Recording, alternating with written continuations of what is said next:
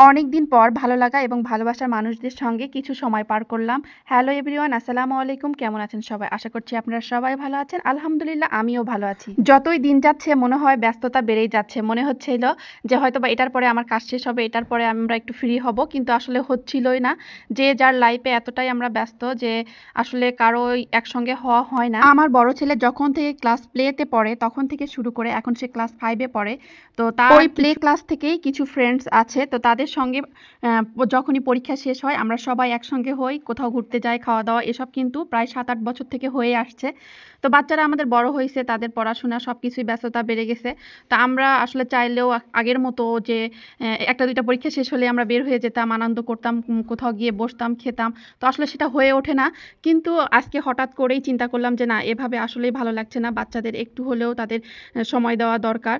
কেননা আসলে একঘেয়েমি জীবন কাউকেই ভালো লাগে না। বিশেষ করে আমার তো হয়ে যায় যে প্রায় 15 দিন 1 মাস যদি আমি একদম বাসায় থাকি আমার নিজের কাছেই কেমন জানি লাগে, মনে হয় যে আমি অসুস্থ হয়ে যাচ্ছি। এরকম কেন লাইফ, আমি কেন বাইরে বের হচ্ছি না, আসলেই ভালো লাগে না। আর সেখানে তো বাচ্চারা এক প্রাইভেট কোচিং, স্কুল পড়াশোনা এগুলা নিয়ে এত ব্যস্ত। আর আমরা এই টাইমে কত খেলাধুলা করেছি আমাদের যখন এই বয়সটা ছিল, এক এক দিন এক একভাবে আমরা আনন্দ করে কাটিয়েছি, আমাদের বাচ্চারা সেগুলো পায় না। তো আমি তাই চিন্তা করলাম যে অত প্ল্যানিং করে না, হঠাৎ করে ওরা প্রাইভেটে গেছে, তো চলো আমরা কোথাও গিয়ে একটু খাবার খেয়ে আসি। ওরা সবাই একসঙ্গে কিছু সময় গল্প করবে, ওদের পছন্দের খাবারটাও খেতে পারবে। তো এই জন্য আমাদের হঠাৎ করে সিদ্ধান্ত, এই আধা ঘন্টার মধ্যেই আমরা সবাই রেডি হয়ে চলে গেছি। ওদের যখন প্রাইভেট শেষ হয়ে গেছে, তো বাচ্চারা কি খাবে তাদের পছন্দ মতোই খাবার নেওয়া হয়েছে। তো আমাদের ইফতেখার, জাইফা, মেহমিদ এরাও আবার সমবয়সী হয়ে গেছে। তো এরা ওদের মতো করে আনন্দ করছিল, আর বড়গুলা বড়দের মতো, আর আমরা আবার মারা আমাদের মতো যার যার মতো গল্প কথা আনন্দ করছিলাম। বাচ্চাদের পছন্দ অনুযায়ী খাবার অর্ডার দেওয়া হয়েছিল। তো স্পেশাল কাচ্চি ছিল, তারপর আপনার জালি কাবাব আর আচারি চিকেন, সঙ্গে নান নেওয়া হয়েছে। তো বড় বাচ্চারা ওরা সবাই বিরিয়ানিটাই বেশি পছন্দ করছিল, ওটাই খাচ্ছিল। আর ছোটগুলা সবাই ওরা নানটা পেয়ে অনেক খুশি, অনেক আনন্দ করে খাচ্ছিল। আর এই নান রুটিটা হার্ট শেপের ছিল, এটা দেখে বাচ্চারা বা সবাই আমরা অনেক খুশি হয়ে গেছি যে আসলে সুন্দর লাগছিল। তো সেই ভিডিওটা আমি একটু নিলাম।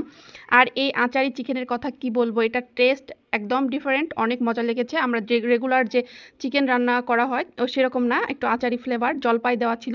তো এটা আমি ফার্স্ট টাইম ট্রাই করলাম। তো আমার কাছে অনেক ভালো লেগেছে, বিশেষ করে নানের সঙ্গে এটাও খেতে অনেক মজা লেগেছে। আর ইফতেখার বাবু ও রাইস নেয়নি, ও শুধু নানটাই অনেক ভালো করে খাইছে। আর নাতিক বাবু তো বিরিয়ানি বরাবরই খুবই পছন্দ, ও খুবই মজা করে খাইছে। আসলে আমাদের বড় বাচ্চারা খুবই মজা করে খাইছে এবং ছোটরা এই যে নানটা অনেক মজা করে খাইছে। আমরাও অনেক সবাই মিলে অনেক গল্প কথা সব মিলে খুবই একটা সুন্দর সময় পার করলাম। আর এই যে আমাদের মেহমিদ বাবু, ও হার্ট শেপের নান রুটি দেখে ও বলছে যে আম্মু এটা তো আই লাভ ইউ। তো এটা নিয়ে আমরা খুবই হাসাহাসি করছিলাম। আর আমরা যে জায়গাটা বসছিলাম আসলে এক টেবিলে সবার হয়নি। তো ইফতেখার যে টেবিলে বসছে সেখান থেকে একটু পর পর ওই দিক গিয়ে মেহমিদ কি করছে ওদের সঙ্গে দেখছে, খেলছে, আবার এসে সে খাবার খাচ্ছে। খাওয়া শেষ, সে এখন জুতা খুলে মোজা পরে একবারে নেমে গেছে। তারপর আমাদের খাওয়া দাওয়া শেষ হওয়ার পরে আমরা এই তো সবাই নিচে নেমে এসেছি। তো নিচে এসে পরিবেশটা এত ভালো লাগছিল, লাইটিং থেকে শুরু করে সব। আর সত্যি কথা বললে আমার বাইরে গেলে আর বাসায় আসতে ইচ্ছে করে না, বিশেষ করে রাতের বেলায় ঘুরতে আমার অনেক ভালো লাগে। তারপর যে যার মতো সবাই চলে গেল, ইফতেখার পরে মন খারাপ করেছে, সবাই চলে গেল। তো আমার ভিডিওটা কেমন লেগেছে অবশ্যই জানাবেন। আসসালামু আলাইকুম।